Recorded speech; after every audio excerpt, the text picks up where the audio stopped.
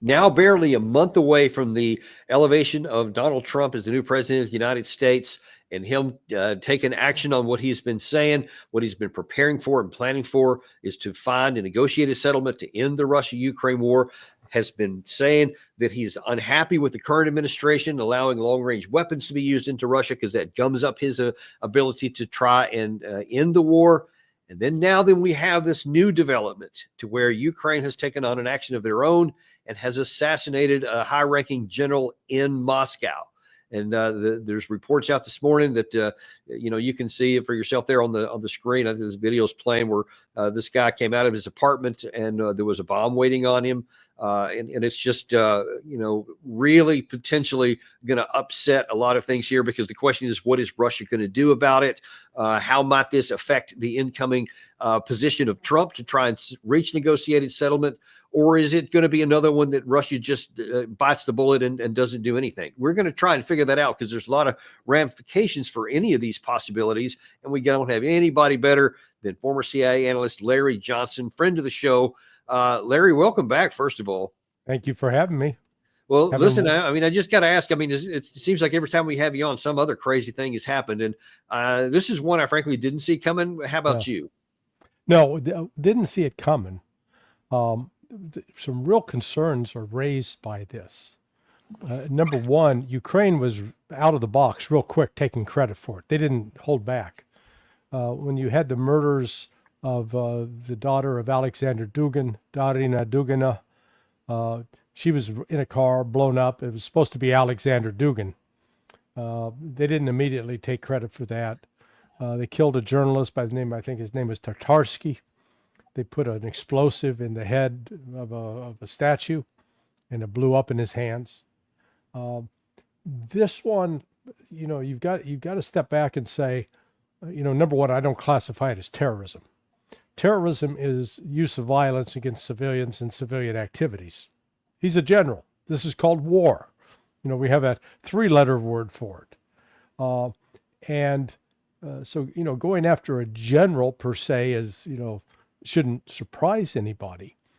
But who knew about his travel? When you watch that video, they're coming out of an apartment building to get into a car, apparently. They got about 30 seconds tops.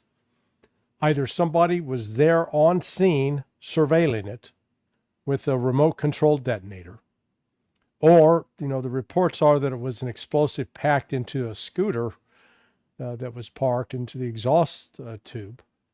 But, I didn't really see any scooter sitting out there. But even if you did, how does someone go park a scooter and it doesn't attract any attention? Whose scooter is this? Number one. But then you get again to the issue of, how do you know when to detonate it?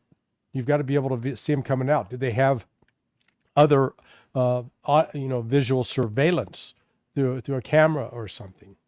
Or is there somebody in his office that's compromised, that has been penetrated by the SBU, where they know his travel plans, they know where he's going to be, when he's going to be there? Somebody in his position should not have any kind of routine. They say a rut is a grave with both ends knocked out. So you don't want to be in a rut. You want to vary the time you leave, the time you return home. You vary your routes of travel. You become unpredictable. So the fact that these guys were able to whack him speaks to a pretty high level of cooperation. And I don't rule out the possibility of organized crime being involved, because Kirillov, by virtue of his job as in charge of basically the chem, bio, and nuclear elements of the Russian military, all of the weapon WMD that we get so excited about here in the West, he was the one that uncovered and oversaw the revelations regarding those 30-plus biolabs that the Department of Defense established in Ukraine. Now, those biolabs, one of them I know was built in 2010 by a company called Black & Veatch. They're based in Overland Park, Kansas. I was raised just across the river in Independence, Missouri. What the hell is a company from Overland Park, Kansas, doing in Ukraine, building a bio level 3 lab? You know, they rank they're called BSL biosafety labs. They rank them 1, 2, 3, 4. 4 is it's the top. You got to make sure that nothing can get out of there. That was what was a Wuhan lab was supposed to be. But bio-level 3 labs are designed to create biological agents that can be used to kill people. They have negative airflow, which means none of the air that's in there can escape. It's all supposed to stay contained. And you work in glove boxes and containment boxes. So why is Department of Defense building biosafety lab 3 facilities in Ukraine using American contractors, and it's being funneled through Department of Defense? You know, it'd be one thing if money was being funneled through Health and Human Services because, we want to help the health of the people of Ukraine. When DOD is involved, you're talking about killing people, and killing people with a biological agent in this case. So here's Kirillov, who's uncovered a lot of this. Most of the documents are still in Ukrainian or Russian. I'm trying to get my hands on them because I think there are a lot of, the Western media has not covered this story at all. And that's one of the reasons I think this guy was whacked. Just if nothing else for revenge, we'll teach you because you're messing with billions of dollars potentially that were being expended by pharmaceutical companies working in league with the Department of Defense. You know, let's see if I can pull this up on the screen while we're looking here. I found this from the Defense Threat Reduction Agency. Let me see if I actually DTRA, DTRA. Yeah. For some reason, it is not showing up on my share the screen thing. So I guess I can't do that. But this thing, I can see if I can get the date on it. I do have it here. I don't have. Yeah. Okay. This is in March 5th, 2022. Mm-hmm. And the DTRA claims or admits that we have 46 U.S. labs in Ukraine and the $200 million Pentagon program that helped spark a propaganda war, which of course they're saying, none of that stuff is true, but they're there. Yeah. 46 of them. So 46. That's not Russian disinformation. That's U.S. government validated fact. You know, Danny, I don't think we have 46 army bases in all of the continental United States. Maybe we do. Think about that. I mean, this is one little country that they stuff 46 biological hazardous laboratories in this country. For what purpose?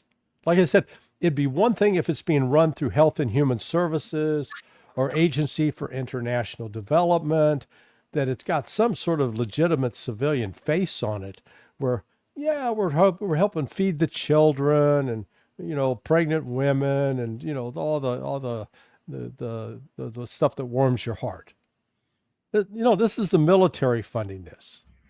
The military doesn't do peace, okay? The military doesn't do, hey, let's figure out new ways to give life. Let's figure out new ways to improve people's lives. They figure out ways to kill people. Yeah, and that's a troubling thing. Thanks for finding that, Gary. I appreciate that. I want to take a look at an estimate by on Sky News today from Sir Michael Clarke, an analyst in the UK. It's on a lot of their TV shows, talking about what he thinks that the Ukraine side's intent was. And we'll get your view on the backside if you think he's on to something. The Ukrainians have actually made their point that they arraigned this man, Kirillov, as a war criminal yesterday because of his involvement in chemical weapons attacks on the battlefield, and he's been killed today. That's very clear symbolism, and they've admitted it, which is not what they normally do. They normally just keep quiet about it and let the rest of the world make up their own minds. So this is clearly a tactic by Kyiv to shake the Russians and show something to the rest of the world. Shake the Russians. Do you think that Vladimir Putin is shaking? Is he going to be quaking in his boots on when he talks to his country on Thursday? Well, candidly, I think the Russians have been, probably too soft with dealing, particularly with the SBU. It's been Ukraine that's used chemical weapons, not Russia. Russia doesn't need to. With the conventional weapons they have, they're moving very effectively going forward.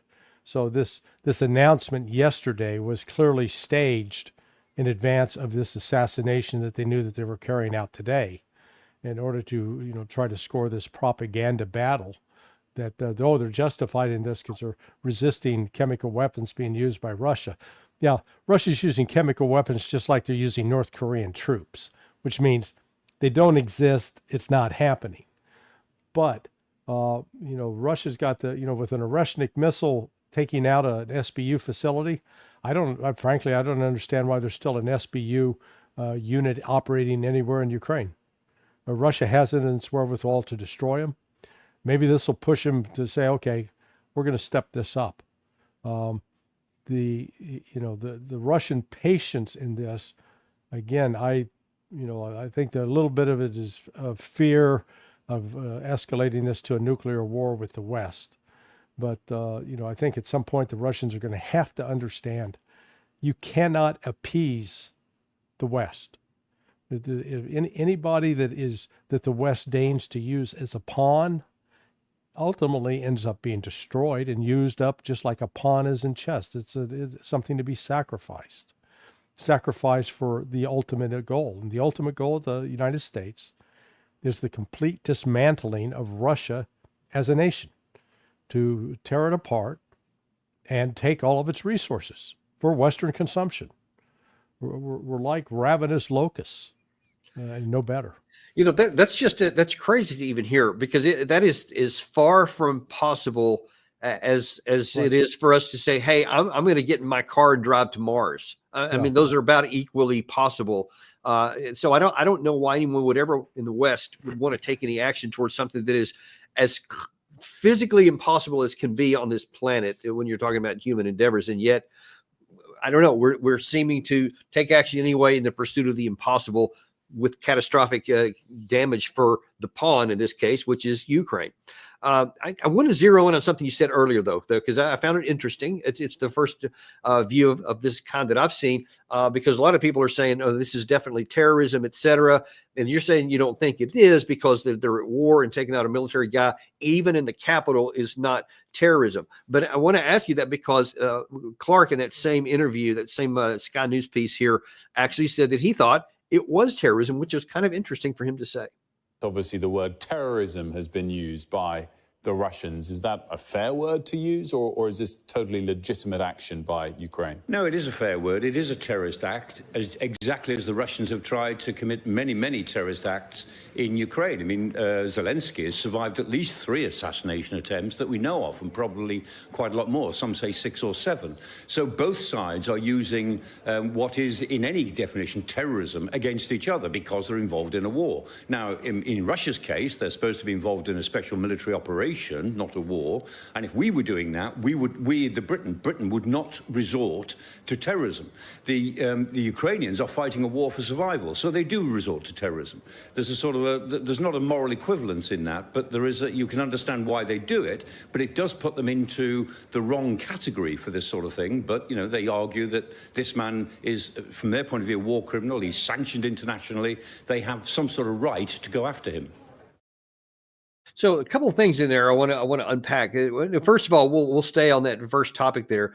You say this is not terrorism. He actually said it was, which I found unusual that anybody on Sky News would say that, yes, something that Ukraine did was terrorism. But I wonder if you explain your thought process there and why it's not. What's the difference? What's the difference between dropping a bomb?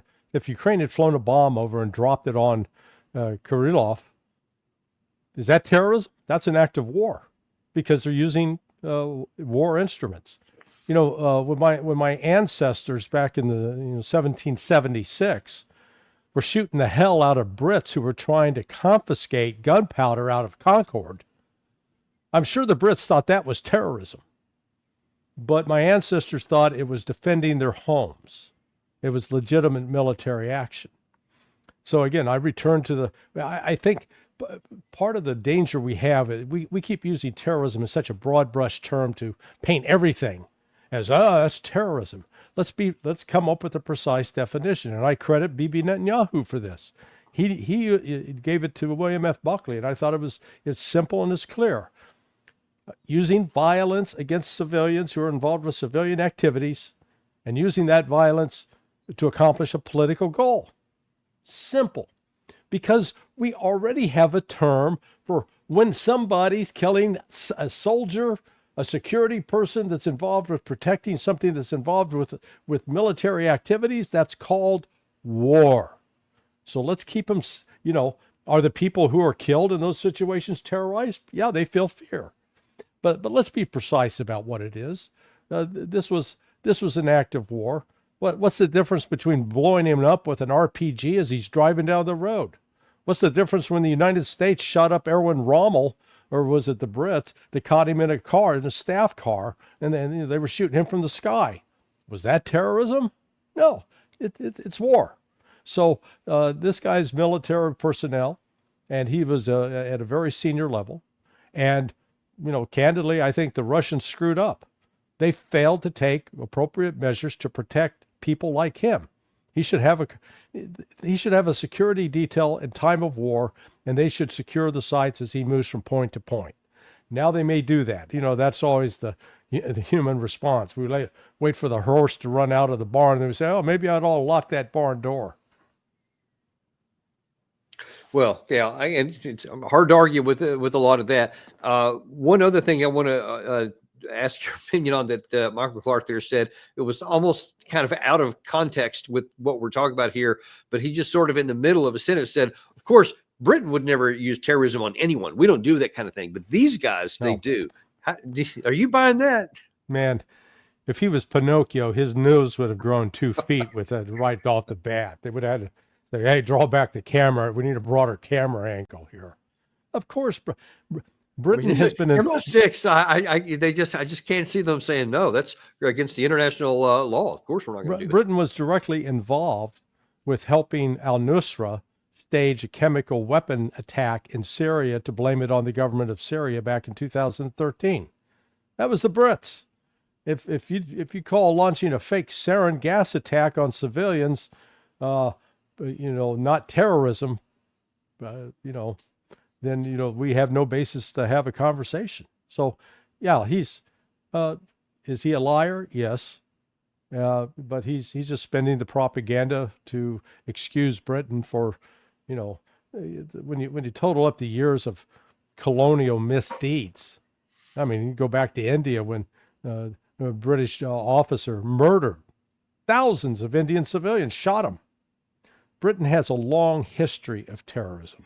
Yeah, started here in the colonies. I don't want to get too far away from what you just said there, because about that 2013 sarin gas attack, because I'm just wondering what your evidence is on that, because that's also something that has been blasted against Tulsi Gabbard here in just recent days, because she at one point called into question that, and people said the clearly debunked claim that the Brit had anything to do with that was in the Washington Post. I just wonder what your thoughts are on that. Well, at the time I was seeing the classified information.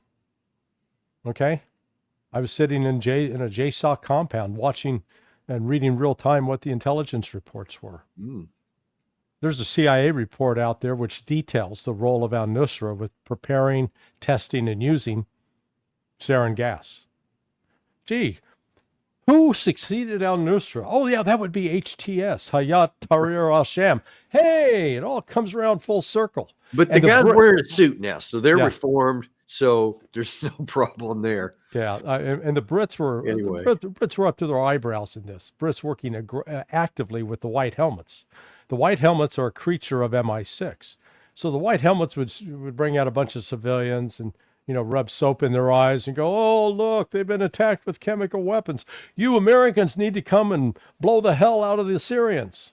That's what it was all about. Yeah, and I'd never seen any of the classified information because I didn't have access to it at the time that it happened. But just as a military analyst, I'm like, okay, this makes no sense at all that Syria is going to suddenly use chemical weapons now in a relatively unimportant and small area when they're on the military advantage and they got all their enemies on their back foot. And the only people that benefited from that were the violent groups that were against Assad. That was a big red flag to me anyway. There were none of the intelligence warning indicators that you would have seen. Number one, Syria used binary chemical weapons. That means that they were preparing to launch a strike.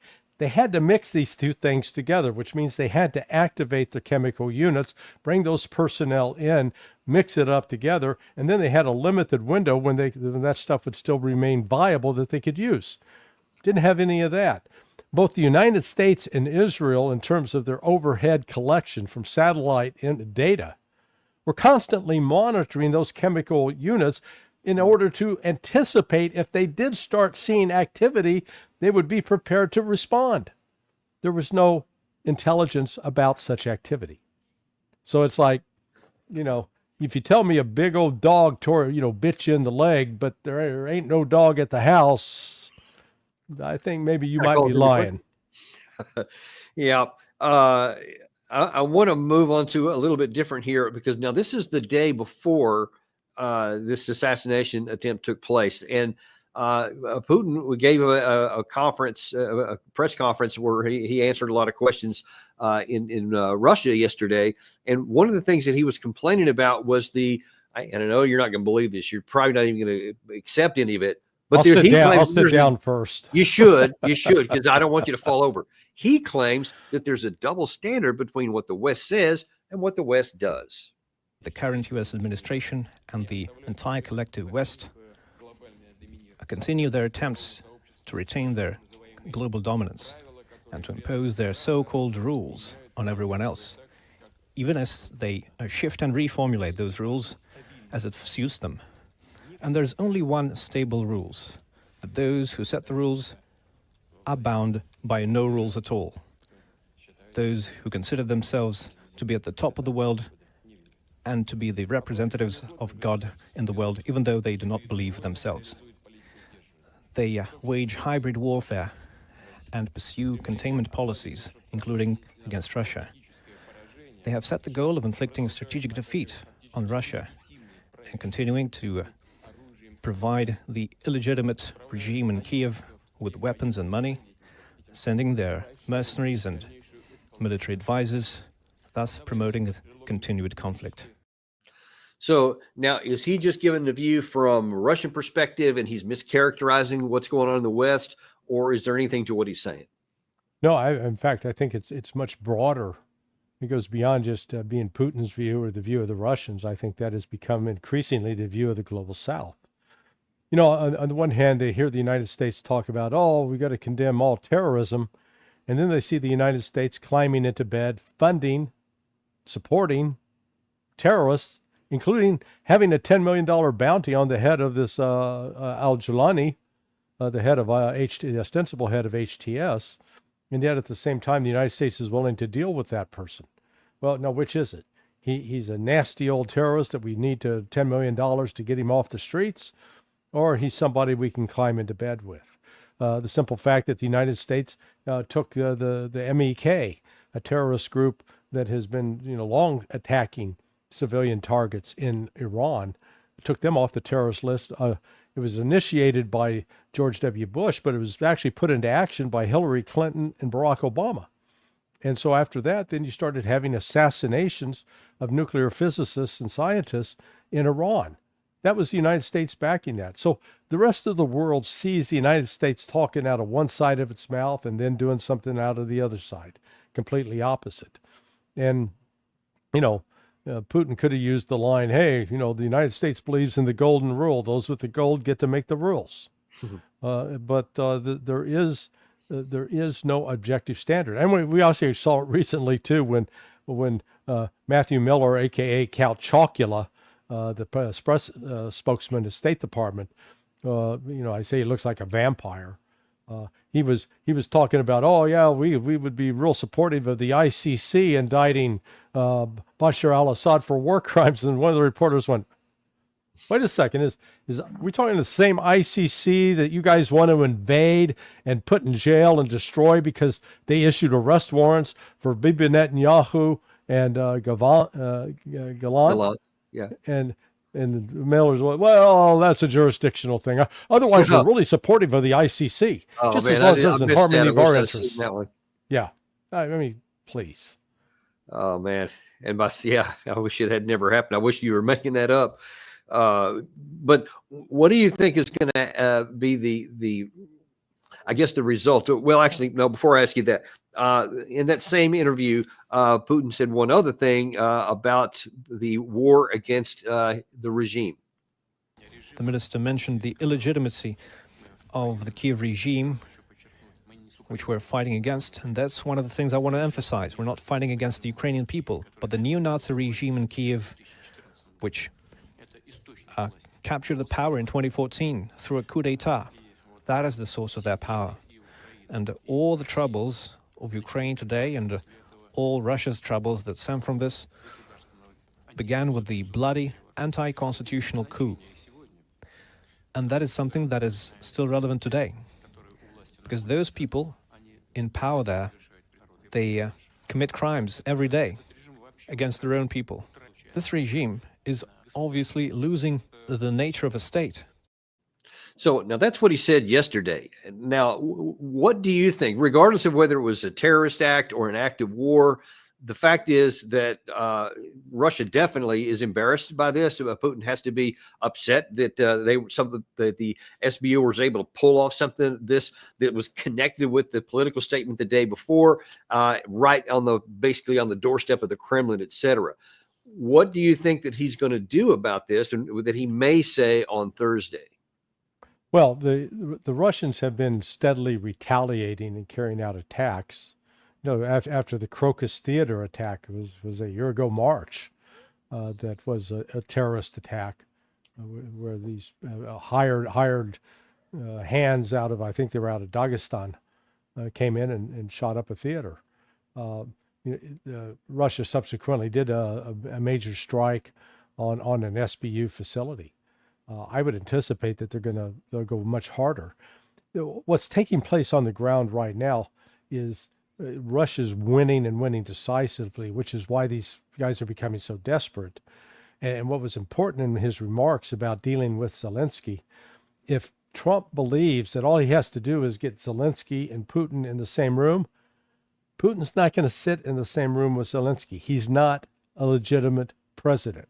He doesn't represent has no legitimacy as far as Russia is concerned for any kind of negotiations.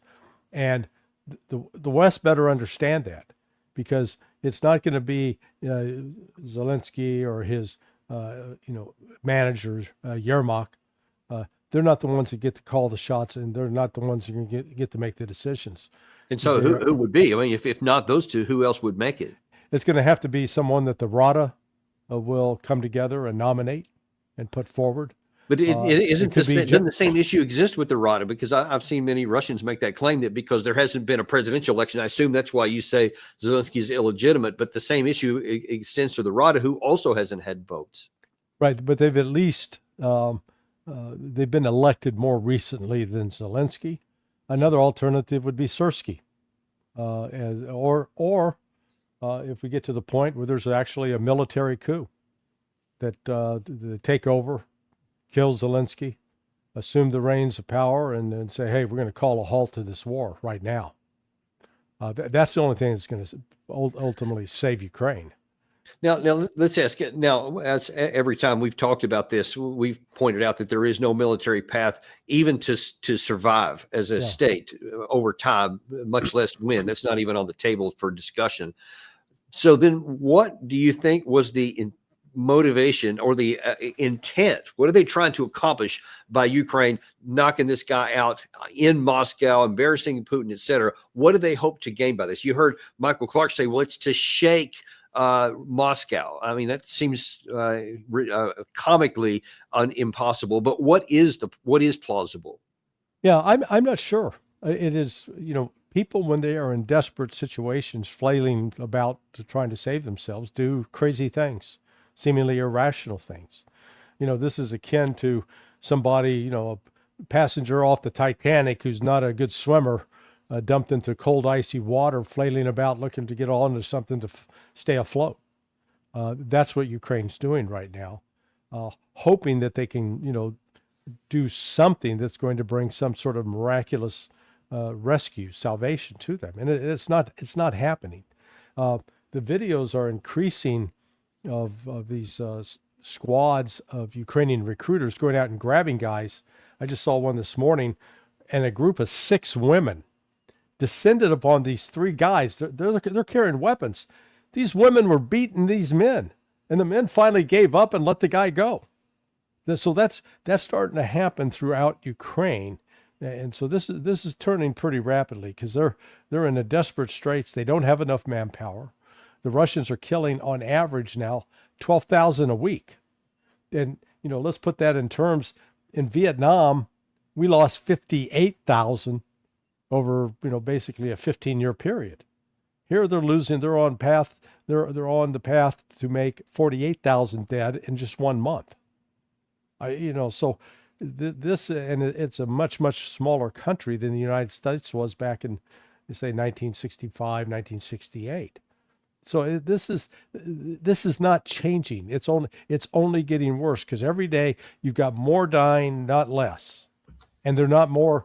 Even if they're having babies born now, you still got to wait. Mother Time, it dictates 18 years before they could even possibly be considered for frontline duty.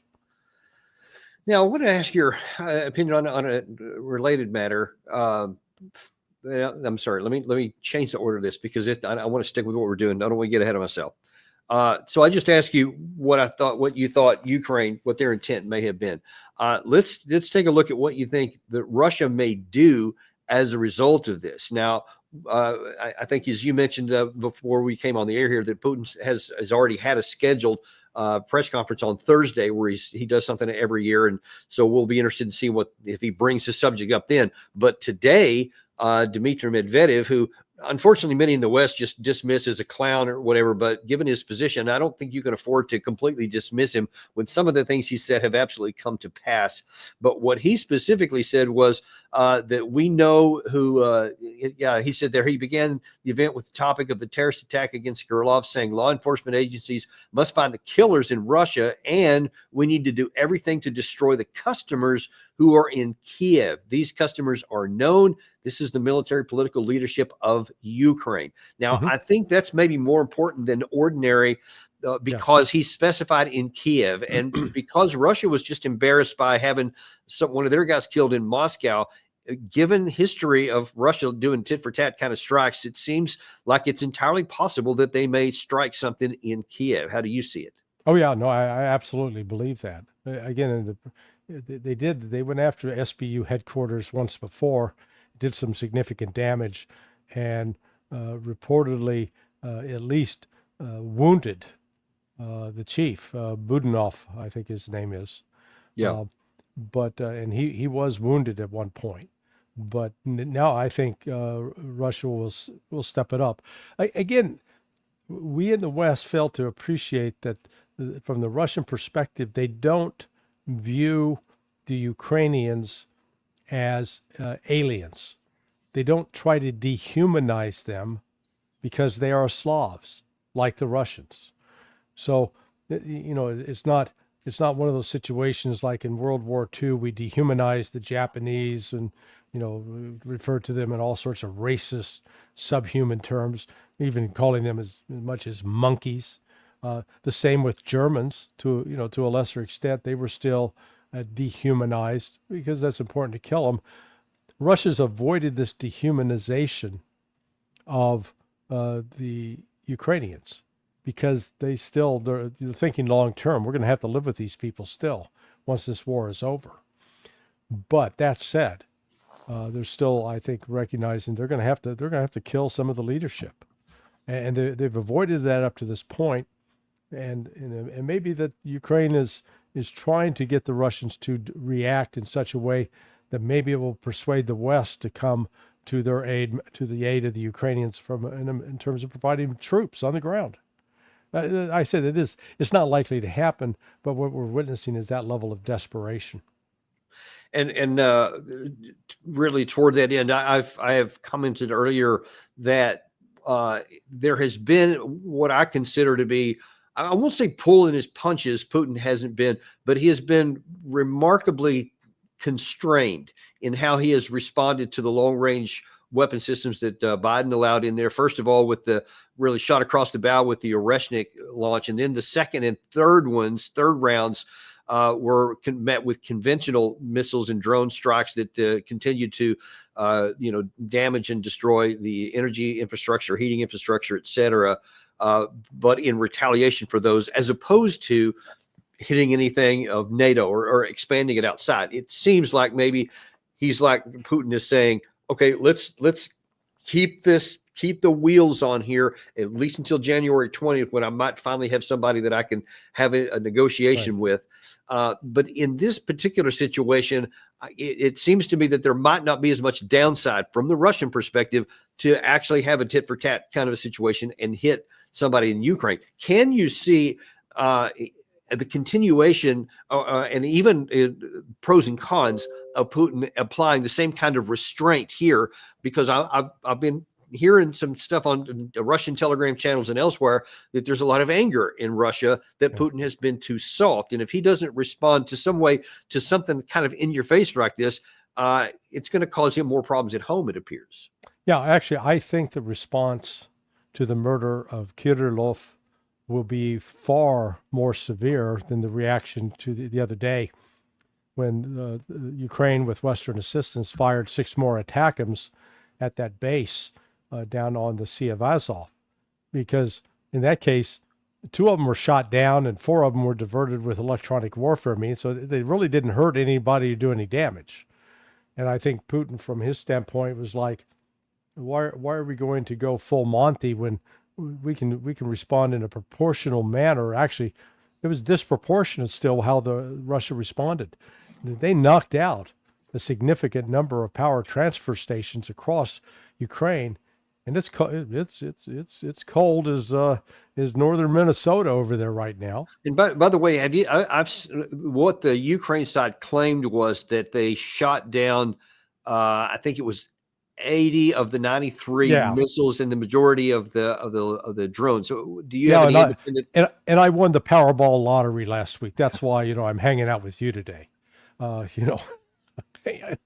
lying. Oh yeah, we shot that down. No, they didn't.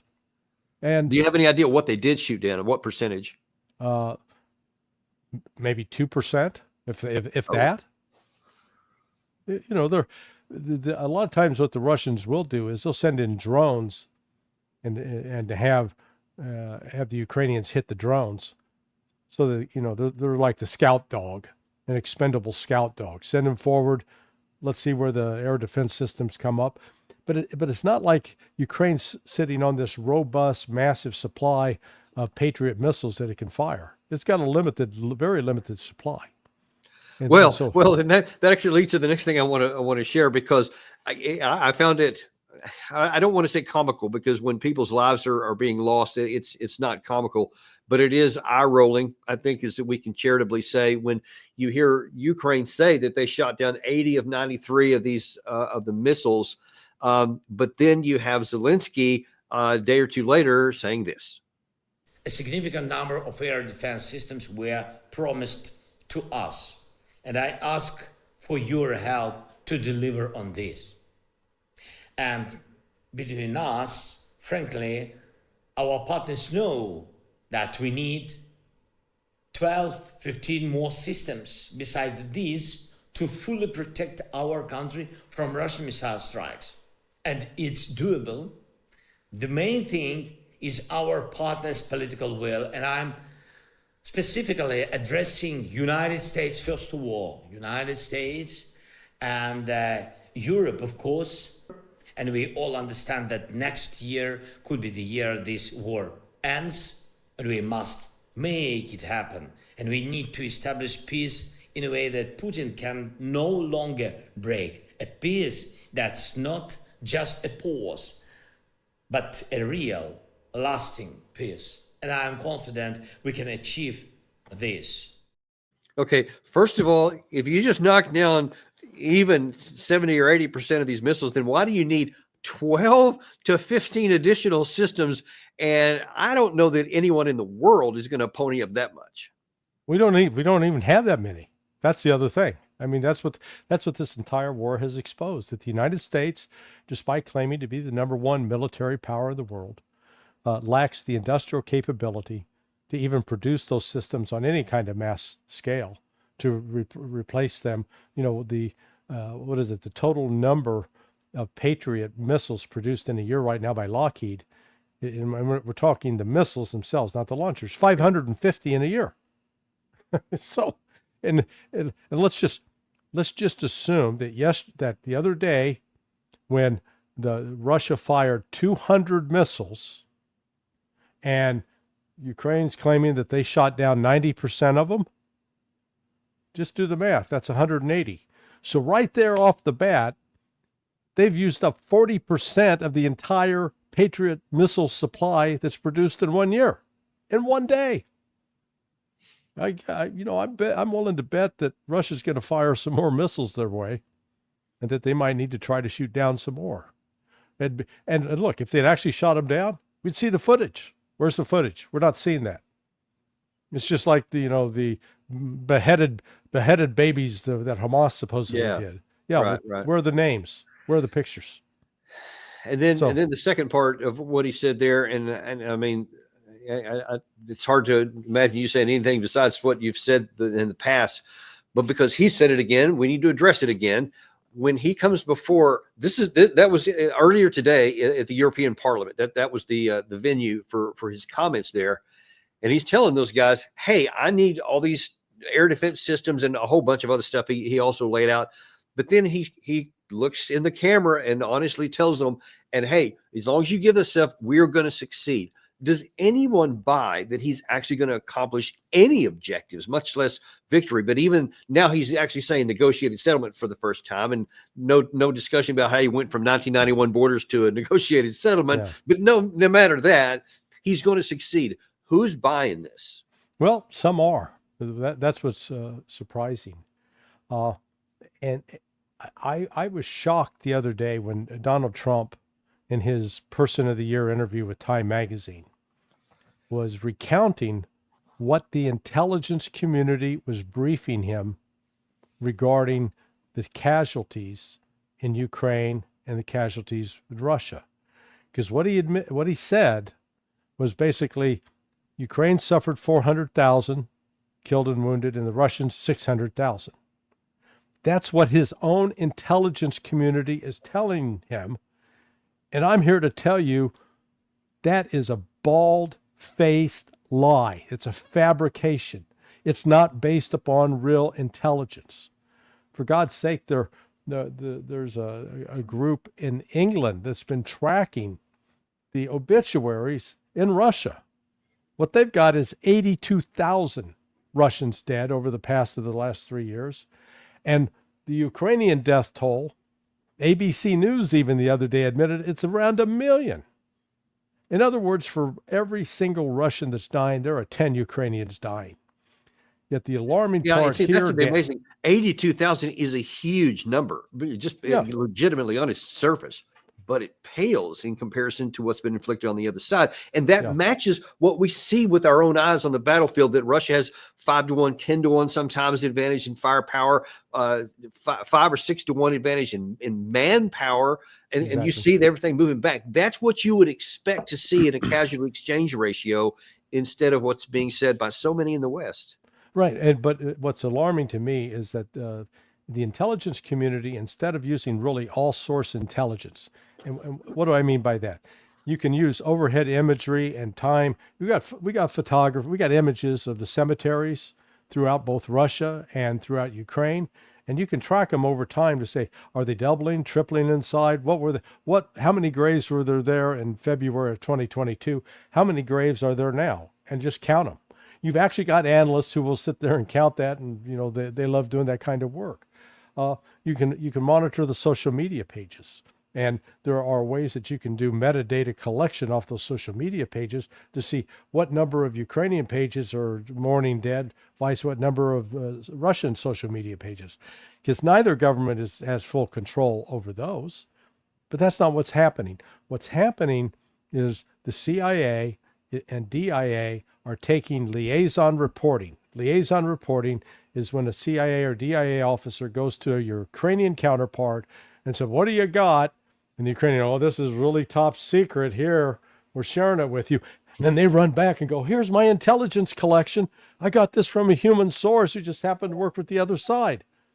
And, you know, it's, as Ray McGovern calls it, it's male bovine excrement, the MBE, you know. Next time you see Queen Elizabeth award an MBE, remember that's what she's really awarding, but that's another term. I'll keep that in mind. But you know, Trump's being lied to. So he's got bad information, and you start off with trying to negotiate with bad information where you think, well, maybe Ukraine has a chance. No, they have no chance. They ain't coming up. They're like a corpse in a graveyard. They're buried. No resurrection from the dead for these folks. Unfortunately, yeah, that's one of the reasons why this anguishes me so, because while you have a lot of these Western leaders and politicians and pundits and ex-generals and whatever continuing to shower the zone with fiction to keep alive the belief, whether it's Congress or the American people or the West, to continue supporting these wars, all they do, and at the end of the day, is get more Ukrainian people unnecessarily killed and more of their territory lost. And that is what I think will be one of the biggest condemnations out of the West when the history of this thing is all wrapped up over time. I want to, in the time we have left here, I want to get your view on something else here, because this is more related to the United States, but indirectly related to this, and that is our foreign policy mentality. Now, Senator Mitch McConnell published a piece yesterday in Foreign Affairs magazine, what is ostensibly the premier foreign policy think tank magazine, where people share, some of the higher ideals. And basically the gist of this article that came out was that he's saying, you know what, the reason why China is on the ascendancy, the reason why China, Russia, North Korea, and Iran are moving together is because they're just all bad actors, bad apples, and for no good reason, these guys are all rising. And the reason they're rising is because of weakness on our part and our failure to stand up and show them who's boss. So what we need to do is listen. He wrote this. Listen, I know that we are spending $900 billion a year on national defense, but that's not enough. Quote, that's not nearly enough. He wants a whole lot more ammunition than that, and he wants to change the foreign policy. This is hard to imagine that he's actually saying this. Change the foreign policy to hard power. Let's don't do this soft power stuff. Let's don't do diplomacy. Let's do more of all this other kind of stuff. And I actually did a show on this yesterday where I talked about how grotesque this mentality already is creating for the United States, wreckage back decades now with the disaster in Iraq, the disaster in Afghanistan, Libya, parts of Africa, you name it, and how we've been conducting this war in Ukraine. All these kinds of things, you just detach from reality. And he wants to do more of all of it. What say you? What is the evidence of the track record of American success in continuing to expand our defense budget? Now it's upwards of $850 billion, approaching $900 billion, with over 750 military bases scattered around the globe. We haven't made America safer. We haven't made America more secure. We haven't made America wealthier. And yet, in the process, what we've exposed to the world is that we can spend a lot of money, but when it comes time to project force, we're really bad at it. Take a look at, we're coming up on now a 1-year anniversary of Operation Prosperity Guardian. In fact, I think we're now at that year anniversary, where a year ago, Secretary of Defense Lloyd Austin announced, we're sending our U.S. aircraft carrier, and it's the carrier battle group. We're sending that off the coast of the Yemen. We're going to teach those Houthis they can't shut down the Red Sea. America's not going to stand for it. Here we are a year later. The Houthis have still shut down the Red Sea, and they've beaten back the U.S. Navy, the mighty U.S. Navy aircraft carrier and all. We continue to bomb the sand dunes and kill a bunch of people that didn't have anything to do with launching the missiles that are shutting down the Gulf. But it makes us feel good because, by God, we can launch that, and we don't have to worry about them firing back. And that's been That is America's number one problem. We're like this guy that hires other people to go out and beat up folks, never gets into an actual fight themselves, where they themselves are hit and punched and realize what it's like to absorb a blow. Candidly, since the War of 1812, and maybe some skirmishes across border with the Mexicans during the Mexican-American War in 1848, the only time the United States has really suffered a substantive attack on its continental landmass was on 9/11. And that, God almighty, world almost came to an end. It infuriated Americans. They were willing to support any kind of military action overseas. But we've never suffered the kinds of losses that the people of Iraq have suffered, that the people of Afghanistan have suffered, that the people of Russia have suffered, that the people of China have suffered.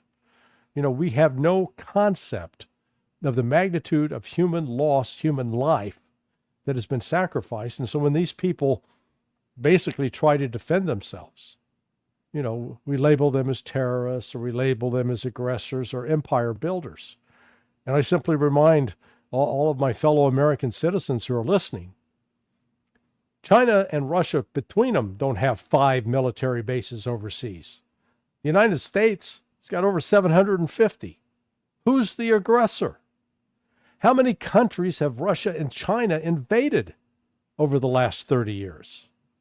Well, in fact, Russia didn't invade Georgia. Georgia launched an attack against Russia. Russia retaliated, just like we would if Mexico launched an attack on us, or Canada. And then, they've invaded Ukraine. It was provoked.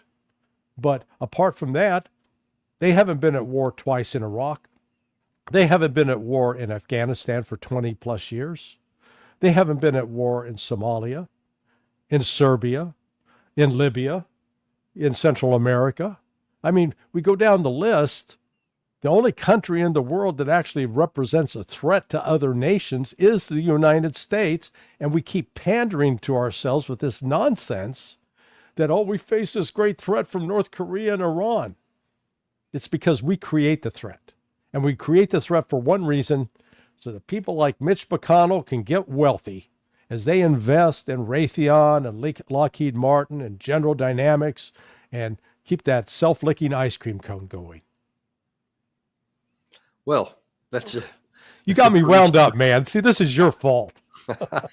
I do. It's just unfortunate that between the two views of Mitch McConnell or Larry the Shirt Johnson, you actually have evidence on your side to back up your claims that this doesn't work, whereas he has nothing but the dollar signs to say it does. And just trust me and actually don't look at the substance.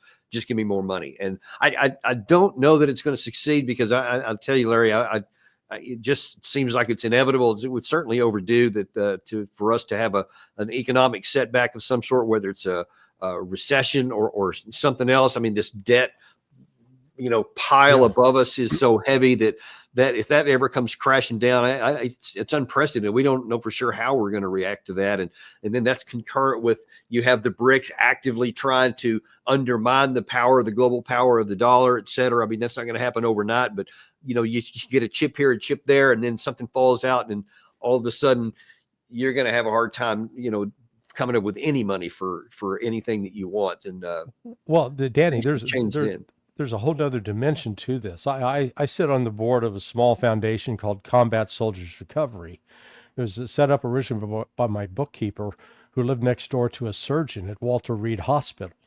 And back in 2006, she learned to her horror that these U.S. soldiers, Marines and sailors that were coming back, missing arms, legs, eyes, brain damage, that when they got into long-term care, the government didn't take care of them.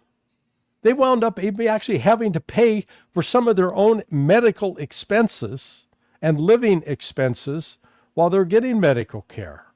So she started raising money and, give a small check, $300, which is not a lot, but each one of these military personnel would get $300, so that sometimes they'd use it to buy a plane ticket to fly their wife out because they couldn't afford it otherwise. what's going on in here is the U.S. government is using as cannon fodder the middle class youth, the lower class youth of this country. And when they sacrifice their bodies, literally sacrifice their bodies, and they come back, the federal government, excuse my language, but this federal government wipes their ass with them. They do not care for them. They do not ensure that they have everything they need. That's why you get other organizations like Tunnels to Tower showing up, having to build homes for these veterans who, have lost they have no legs and they have only one arm, and they can't get into a conventional house. Let's let them to the private sector, because the government never experienced the cost of sending those people to die and to be mentally impaired or physically impaired or both.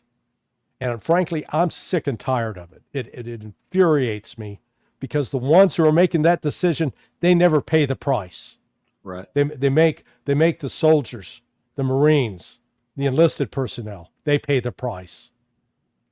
Yeah, and I've got this one last piece here. It's a good way to kind of code this out, because it tails perfectly off of everything you just said here. In terms of American elite, so-called, and another senator who wants to say, you know what, we need to keep this whole war going in Ukraine because we can get rich off of this. Watch this from Lindsey Graham. I'm here with President Zelensky. I am such a admirer of what you and your country have done. You're trying to stop the Russians so we don't have to fight them. They don't want any American troops. They just need the weapons to free their country of a terrible invasion. They're sitting on $1 trillion worth of minerals that could be good to our economy. So I want to keep helping our friends in Ukraine. We can win this. They need our help. Yes. Yeah, and that's what it's all about for types of Lindsey Graham. That it's all about the cash, man. We can exploit Ukraine. That is one of the most disgusting things that I've seen, and he's unaware of it or unconcerned about it. That you're literally talking about a country that has been wiped out in their whole western part of or eastern part of the country, possibly 1 million casualties just on the Ukraine side alone, and you're worried about exploiting their minerals for us. Maybe Gary could do a mashup of Graham talking about that, and then below take the clip from the musical Cabaret where Brad Gray and Liza Minnelli are singing "Money, money, money, money, money, money, money," and because that's what it's that depraved, and it's that wrong. But give Graham credit for something, man. He was at least honest about one thing. It's all about the Benjamins. Yeah, and what's the downside is that all the wreckage, even the American wreckage on the bodies of the people who have no say about this stuff, it continues on because of that. But anyway, we'll have to, I guess, satisfy ourselves right now by exposing the truth and laying this out there for what it is. So we really appreciate you, even though it was hard to hear some of that stuff at the last. The evidence supports it, and boy, I'd like to see more people be aware of that. So thank you very much. And as you see on the screen there, be sure to go to sonar21.com because you never get enough of Larry. And I know we only have him on like once a week. And so a lot of people can't get enough. So they need to go there to get more. I'll try to come up with a vaccine for me. No, we don't want one for that. And we also appreciate you guys for watching with us today.